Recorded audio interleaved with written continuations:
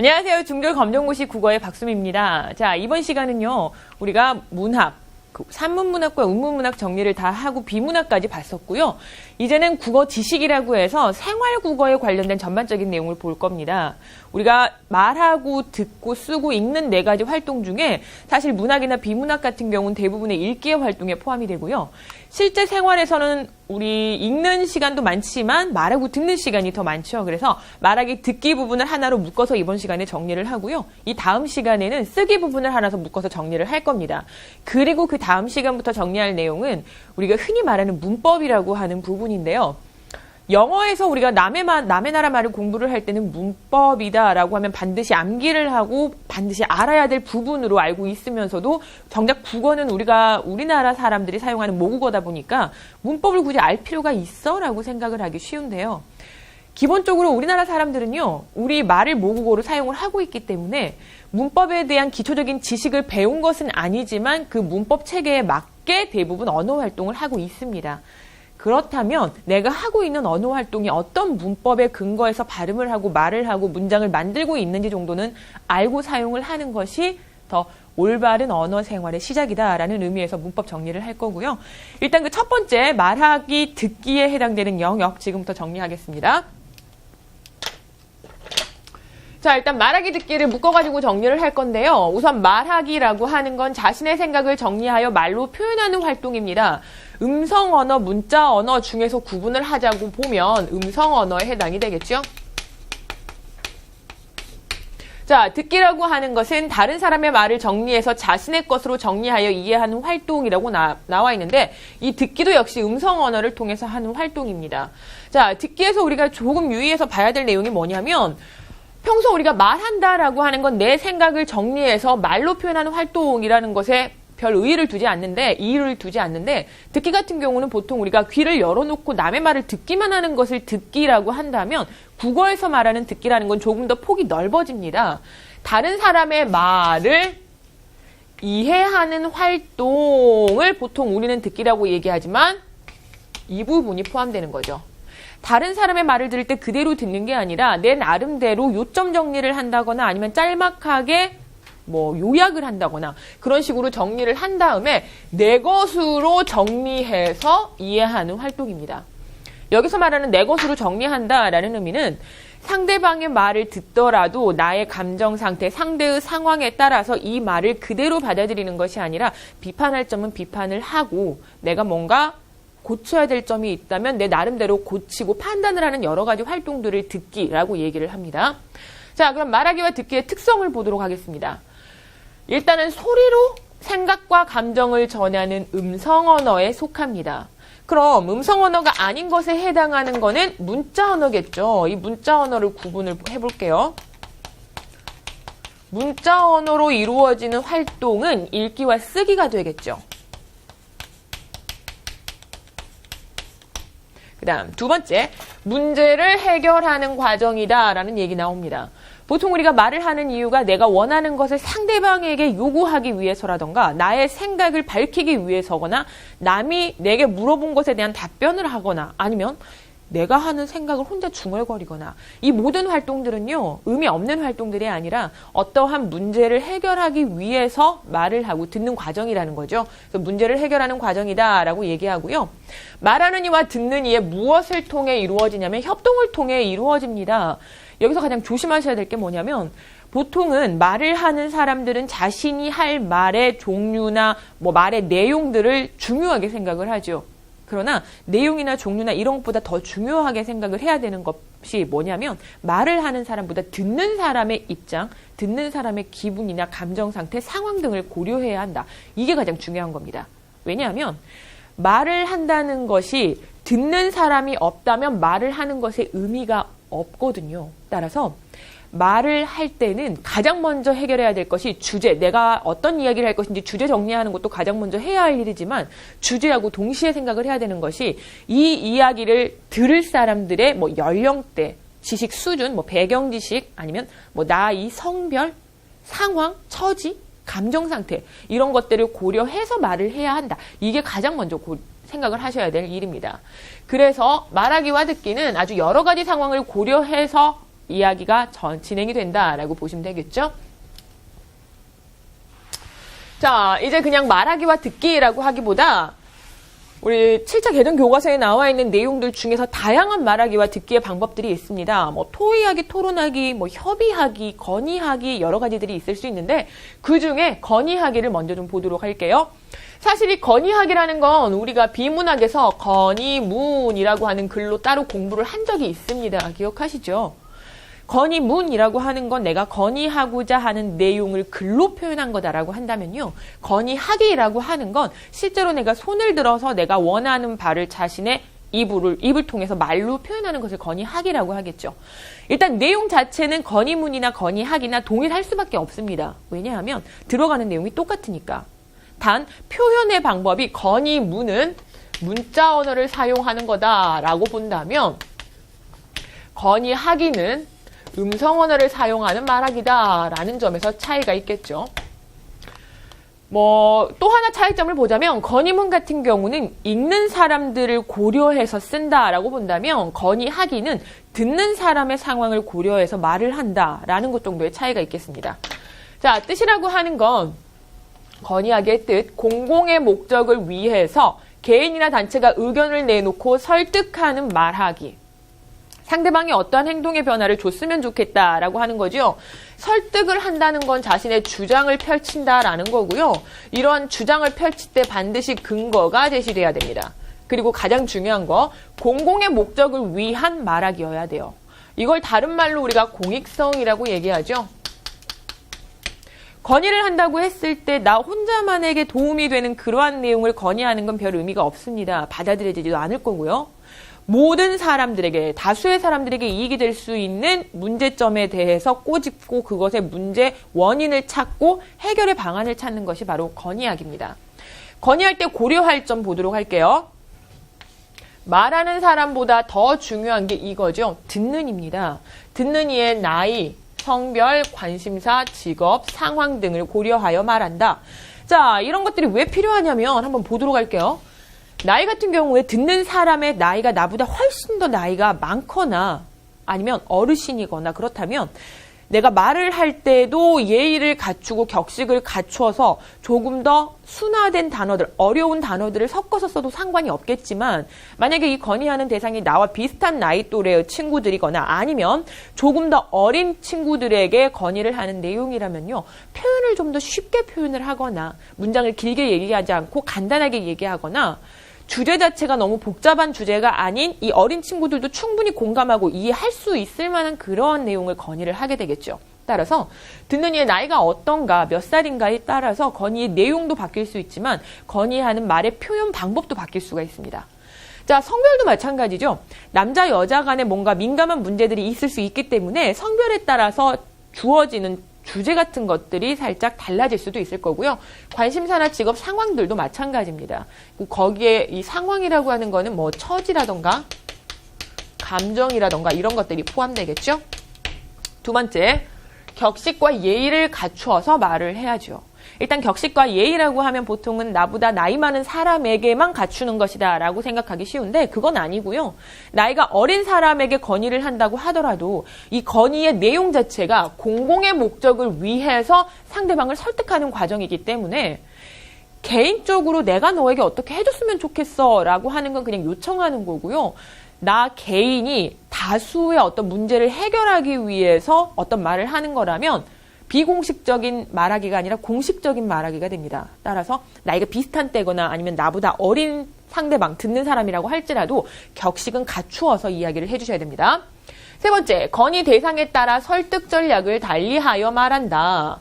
자, 만약에 건의 대상이 부모님이다라고 한다면 내가 부모님의 성향을 잘 알기 때문에 우리 부모님이 좋아하는 것을 먼저 이야기하면서 내가 해드리겠다. 그러니 어머님도 제 얘기를 들어주셨으면 좋겠다라는 방식으로 설득을 하겠지만 만약에 내가 한 번도 뵙지 못한 분들, 뭐 서울시장님 아니면 한 나라의 대통령님께 건의를 하겠다라고 한다면 그 분이 이 건의 내용을 들었을 때 충분히 이 내용을 들어줄만 하구나라고 생각할 수 있을 만큼 여러 가지 설득 전략들을 제시를 해야 되겠죠. 따라서 건의를 받게 되는 사람이 누구인지에 따라서 그 건의하는 내용에 대한 설득 전략이라던가 표현 방법들, 설득 전략, 표현 방법도 함께 적어주세요.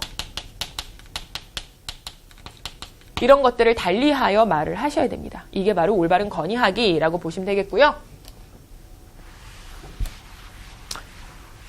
자, 이제 두 번째 말하기의 방법은 조언하기입니다. 조언이라고 하면 뭔가 상대방에게 도움이 될 만한 말을 해주는 것이라고 생각을 하는데, 일단 조언이 필요한 상황을 예를 한번 보면요. 친구 사이에 뭔가 싸움이 있어서 문제가 생겼거나 진로에 대해서 고민을 하고 있거나 이성 친구로 인한 문제 등으로 인해서 여러 가지 갈등이 생기는 경우, 그때 분명히 갈등을 풀고 싶은데 어떻게 풀어야 되는지 모르는 사람에게 어떤 도움이 되는 말을 해줄 수 있겠죠. 혹은 무엇인가를 선택해야 하거나 결정을 내려야 하는 상황, 내가 앞으로 고등학교 진학을 해야 되는데 어떤 특성화된 고등학교를 갈 것인가 일반화 고등학교를 갈 것인가에 대해서 고민하고 있을 때 그것을 조언해 줄 수 있는 사람은 그보다 훨씬 더 먼저 학교를 간 사람이라거나 아니면 그쪽 분야 진로를 담당하고 계신 선생님들이겠죠. 자, 그래서 이런 상황에서 조언이 주로 필요하고요. 이제 조언 같은 경우는 말하는 사람이 어떻게 말하느냐도 중요하지만 분명히 듣는 사람이 그 조언을 더 간절히 원하고 있는 상황이기 때문에 듣는 사람의 태도도 매우 중요합니다. 자, 말하는 사람하고 조언을 듣는 사람이 고려해야 할 점 나눠서 정리를 해보도록 할게요. 일단 조언을 하는 사람의 주의할 점을 잘 보시면요. 첫 번째는 이겁니다. 앞서서 우리가 봤었던 건의하기에서도 듣는 이의 상황이나 처지 이런 것들을 고려해야 한다라고 얘기했었죠. 앞으로 나오게 될 조언하기뿐만이 아니라 뭐 여러 가지 말하기의 상황들이 있을 수 있겠으나 이제 우리 교재에서는 제가 보도자료 활용하여 말하기, 토론과 토의 정도까지만 정리를 했고요. 수많은 여러 가지 말하기의 장르가 나온다면 그 말하기의 모든 기본은 듣는 사람을 고려하여 말하는 것이 최우선입니다. 자, 듣는 이의 입장을 고려해서 말을 하고, 두 번째, 저 사람이 나에게 어떤 조언을 필요한다고 하더라도 어설픈 충고라거나 교훈적인 말이라거나 감정적인 말 등은 하지 않는 것이 좋습니다. 왜냐? 이미 듣는 사람은 마음속에 그 문제로 인해서 갈등을 겪고 있는 상태인데 왜 우리가 보통 다른 친구들에게 충고를 하겠다고 하면서 진심 어리게 충고를 하는 게 아니라 그냥 쑥 흘려 들은 말로 어디선가 한번 들어본 것 같은 명언 한마디 툭 던져주는 것들, 이런 것들은 상대방에게도 느껴집니다. 저건 나를 향해서 걱정하는 진심 어린 이런 충고가 아니고 그냥 말을 말대꾸 해주는 척만 하는구나라는 느낌을 갖게 되겠죠. 그런 조언이라는 거는 실제적으로 하지 않는 것만 못하다는 거죠. 그래서 어설픈 충고, 그리고 어줍지 않은 교훈적인 말, 그리고 감정적인 말, 이런 것들은 하지 않는 게 좋습니다.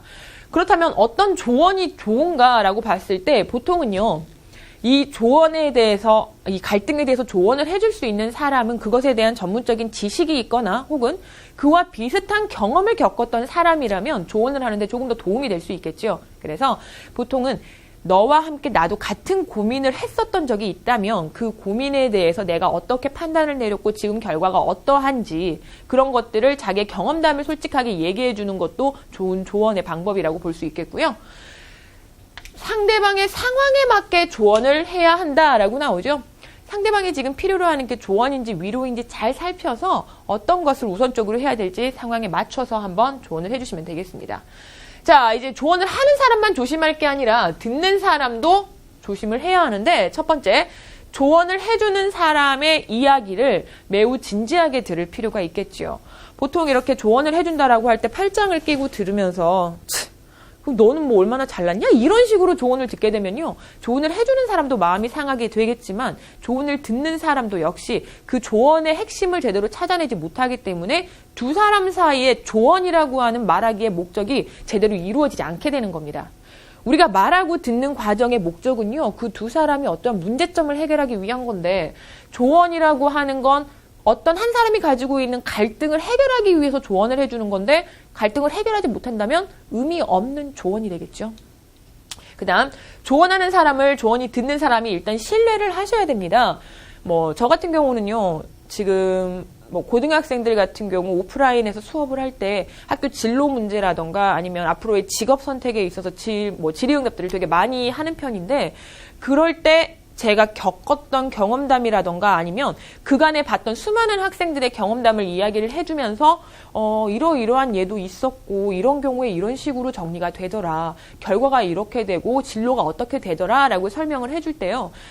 저에 대한 신뢰감이 있는 학생들 같은 경우는 그 말에 대해서 굉장히 진지하게 받아들입니다. 그리고 그렇기 때문에 저도 허투루 조언을 할 수가 없게 되고 어설픈 조언이나 충고보다는 최대한 제가 알고 있는 내용에 대해서 진실되고 자세하게 이야기를 해주게 되죠.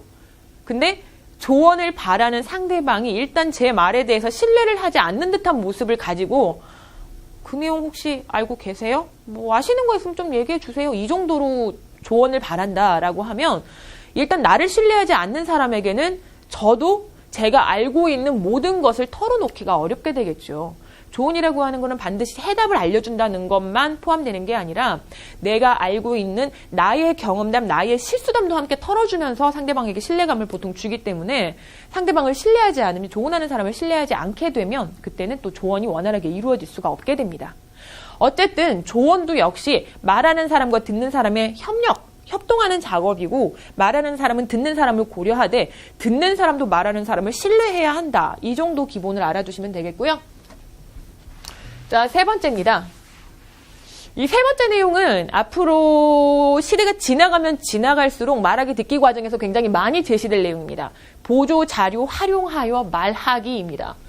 이 보조자료를 활용을 한다라고 하는 건요. 어떠한 말하기에 다 포함돼요. 뭐 조언을 한다. 격려를 한다, 소개를 한다, 아니면 건의를 한다. 어떠한 말하기 상황에서도 과거에는 여러 가지 자료 없이 지금 저처럼 가만히 서서 말로만 전달을 했다면요. 요즘에는 여러 가지 다양한 매체들이 발달이 되면서 저도 지금 여러분에게 말로만 설명하는 게 아니라 지금 빔 프로젝터를 이용해서 칠판에 내용을 띄우고 여러분하고 같이 책 내용을 보고 있죠. 이것도 보조자료의 하나고요. 가끔씩 실제로 제가 오프라인 수업을 할 때는 동영상 자료를 틀어서 관련 있는 내용을 보여준다거나 아니면 사진 자료를 들고 와서 보여주는 경우가 종종 있습니다. 자, 그러한 것들을 전부 다 통틀어서 보조자료라고 얘기를 합니다. 중요한 건 이 보조자료는 내가 말하고자 하는 중심 내용하고 반드시 관련이 있는 자료여야 해요. 자, 일단 보조자료를 활용하여 말할 때 보조자료란 무엇인가? 약도 지도, 사진 그림, 녹음 자료, 녹화 자료 등 말하고자 하는 내용에 반드시 도움이 될 수 있는 자료를 보조 자료라고 얘기합니다. 그럼 보조 자료의 효과는 무엇이 있느냐? 전달하려는 내용을 쉽고 정확하게 듣는 사람에게 이해를 시킬 수가 있게 되겠죠. 그리고 듣는 이에게 흥미를 불러일으킬 수 있게 되겠죠. 만약에 제가 지금 촬영하고 있는 이 스튜디오로 여러분들을 초대한다고 했을 때 초대하는 말하기를 한번 한다면요. 여기로 오게 되는 여러 가지 방법들이 있겠죠. 지하철을 타고 혹은 버스를 타고 뭐 도보로 그러한 것들을 말로만 설명하는 것보다 약도를 딱 띄워주면서 이렇게 그림을 보여주게 되면 저 약도 보니까 왠지 갈 수 있을 것 같아. 내가 알고 있는 장소인 것 같아 라고 하면서 흥미를 느낄 수도 있겠고 훨씬 더 찾아가는 것도 쉽겠죠. 그래서 쉽고 정확하게 이해시키면서 흥미를 불러일으킬 수가 있습니다. 다음 보조자료를 사용할 때 유의사항이 있는데요. 보조자료는 반드시 이 주제하고 관련 있는 내용이어야 돼요. 보조자료가 아무리 좋은 보조자료라고 하더라도 주제와 무관한 내용이라면 싫지 않아야 됩니다. 제시하지 않아야 돼요. 두 번째, 말하기의 상황을 고려해서 상황과 적합한 보조자료를 선택을 해야 됩니다. 자, 지금 제가 말하고 있는 상황은 스튜디오 안에서 칠판으로 보여주는 자료이기 때문에 빔 프로젝터라는 보조자료를 활용을 하고 있지만 만약 제가 외부에 나가서 여러분들하고 수업을 직접 하게 된다고 했을 때는 이 빔 프로젝터는 외부에선 사용을 할 수가 없어요. 그래서 이런 보조자료는 가져가는 것보다는 오히려 사진이라던가 인쇄되어 있는 인쇄물을 들고 가는 게 훨씬 더 유용하겠죠. 그래서 각 상황을 다 고려를 해서 상황에 맞는 보조자료를 선택해야 된다. 그 다음 보조자료를 사용하기 전에 미리 계획을 해야 된다라고 하는데 이 계획이라고 하는 건 준비를 얘기합니다. 보통 여기 나와 있는 이 보조자료 빔 프로젝터를 제가 사용을 할 때는요. 미리 집에서 다 자료를 만들어서 순서를 다 배치를 하고요. 여기 와서는 제대로 이게 작동을 하는지 다 리허설을 한 번씩 해보거든요. 이런 것들이 모두 다 계획에 포함이 됩니다. 미리 준비한다라고 하는 개념이죠. 자, 이제 토론과 토의에 대해서 정리를 해보도록 할게요. 실제로 토론과 토의 같은 경우는 각 학급 내에서도 빈번하게 이루어지고 있기도 하고요. 여러 가지 회사라던가 사회생활을 할 때도 많이 이루어지는 말하기와 듣기 과정이죠. 토론이라고 하는 건 어떤 문제에 대해서 핵심은 이겁니다. 찬반의 의견이 분명한 사람들이 근거를 바탕으로 주장을 논리적으로 펼치는 글이 아니라 이번엔 말하기겠죠. 말하기를 토론이라고 얘기합니다. 조금 있다가 우리가 토의에 대해서 정리를 할 건데 토론과 토의의 공통점을 보자라고 한다면 둘 다 어떠한 문제점을 해결하기 위한 겁니다. 문제점을 해결할 때 이 문제점을 해결하는 방식이 힘을 합쳐가지고 협력적으로 말해서 어떤 문제를 해결하는 것인가 아니면 찬성과 반대로 나뉘어서 각각의 의견으로 상대방을 설득하기 위한 말하기인가. 말하기의 방식이 다른 거지 문제를 해결하기 위한 과정이라는 건 동일합니다. 자, 토론할 때 유의할 점을 보면요. 찬성과 반대의 입장으로 일단 둘 중에 하나 자기가 선택을 해야 돼요. 우리 반 교실의 주번을 3명으로 늘리자. 현재 1명인데 3명으로 늘리는 것에 대한 토론이라고 한다면 난 찬성, 난 반대. 둘 중에 하나 선택을 해서 내가 왜 찬성하고 반대하는지 그에 대한 근거들을 적절하게 찾아놓는 철저한 준비를 해야 되고요. 주제에 대해서 정확하게 이해를 하고 있어야 토론을 할 수 있겠죠. 가끔 가다 보면 우리가 토론을 하고 있을 때 전혀 엉뚱한 이야기들을 하는 사람이 있는데 그런 경우는 주제에 대한 정확한 이해가 되지 않은 사람들입니다. 자, 세 번째, 상대방에 대한 인신공격이나 감정적인 비판은 하지 않는 것이 좋습니다. 흔히 우리가 이 인신공격이나 감정적인 비판 같은 것들이 많이 나타나는 게 우리 청문회라던가 이런 국회에서 일어나는 여러 가지 내용들을 보게 되면요. 주어진 문제에 대해서 해결하기 위해서 국회의원들이 모여서 이야기를 진행을 해야 되는데 그러다 보니까 상대편 입장에 선 사람들에게 날선 공격을 하게 되죠. 그 주제와 상관이 없는 개인적인 사생활이나 인신공격들을 하게 되고 그러다 보니 싸움이 일어나는 겁니다. 따라서 인신공격이나 감정적인 비판은 반드시 배제하시고 주제에 관련된 찬성과 반대의 의견만을 제시하시는 게 좋습니다. 그리고 물론 상대방을 내 생각과 동일하게 설득하는 과정이긴 하나 상대방이 나의 생각과 다르다고 할지라도 상대방의 생각을 존중하셔야 되고요. 만약에 찬성과 반대 입장에 섰을 때 나와 상관없는 내가 주장하지 않은 다른 내용이 선택됐다고 하더라도 이미 결정된 내용에는 따라가시는 게 맞습니다. 자, 그 다음은 이제 토의에 대해서 보도록 할게요. 토의는 집단적인 의사결정 과정으로 어떤 문제를 해결하기 위해서 협력해서 의사를 결정하고 문제를 풀어가는 것을 토의라고 얘기합니다. 자, 보통 토의라고 하는 건요. 찬성과 반대로 나누어질 수 없는 것이라서 그 문제에 대한 해결 방안들을 사람들마다 다 다른 해결 방안 한 10가지도 나올 수 있고요. 굉장히 다양한 해결 방안을 제시하게 됩니다. 그때 그 다양한 해결 방안 중에서 반드시 하나를 뽑는다의 개념이 아니라 이 하나에 대한 장점이 있다면 다른 것의 장점도 있을 수 있으니 다른 것의 장점도 결부시키고 그때 생길 수 있는 단점은 빼서 여러 사람들의 말 중에서 가장 최선의 해결책을 찾는 게 토의다라고 생각하시면 됩니다. 자, 토론과 토의의 구분을 한번 보면요. 개념으로 보는 것보다 토론에 적합한 주제, 토의에 적합한 주제를 보시면 훨씬 더 이해가 쉬울 거예요. 토론이라고 하는 건 일단 찬성 반대가 나타나고요. 자율학습을 폐지할 것인가 폐지하지 않을 것인가 라는 주제에 대해서는 폐지하자 폐지하지 말자 둘 중에 하나만 나오겠죠. 찬성 반대 이건 토론입니다. 학생들의 두 발을 자유화할 것인가 자유화하자 안 된다 찬성 반대 두 가지로만 나오겠죠. 이건 토론에 해당되는 주제고요. 토의의 경우는 협력을 하게 됩니다. 찬성 반대가 아니라 서로 힘을 합친다라는 얘기죠. 봉사활동을 어떻게 하면 활성화할 것인가 라고 했을 때 찬성 반대로 나뉘어지는 게 아니라 봉사활동을 활성화할 수 있는 방법에는 점수로 봉사활동을 표현해 주자 혹은 상을 주자 혹은 자율에 맡기자 등등 여러 가지 방안이 나올 수 있겠죠.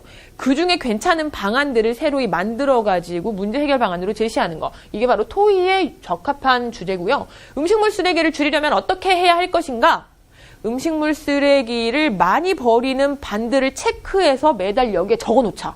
아니면 음식물 쓰레기를 적게 버린 반들에게는 상을 주자, 아니면 음식물 쓰레기가 생기기 전에 자기들이 먹을 만큼만 스스로 덜어가게 하자, 여러 가지 방안들 중에서 좋은 것들을 이렇게 만들어내서 또 해결 방법으로 제시를 하면 되겠죠. 이게 바로 토의에 적합한 내용이라고 보시면 되겠습니다.